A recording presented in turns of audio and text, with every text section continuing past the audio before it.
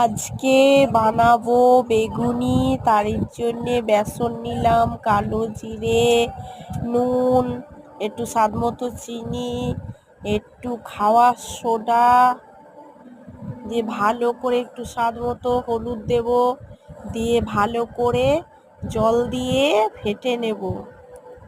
ভালো করে বেসনটাকে হাত দিয়ে ফেটিয়ে তারপরে কেটে রাখা বেগুন নুন হলুদ কেটে রাখা বেগুনগুলো নুন হলুদ মাখিয়ে রেখেছিলাম, এবার এক এক করে বেসনি দিয়ে গরম তেলে ছেড়ে দেব। অসাধারণ বন্ধুরা, দারুণ হয়েছে।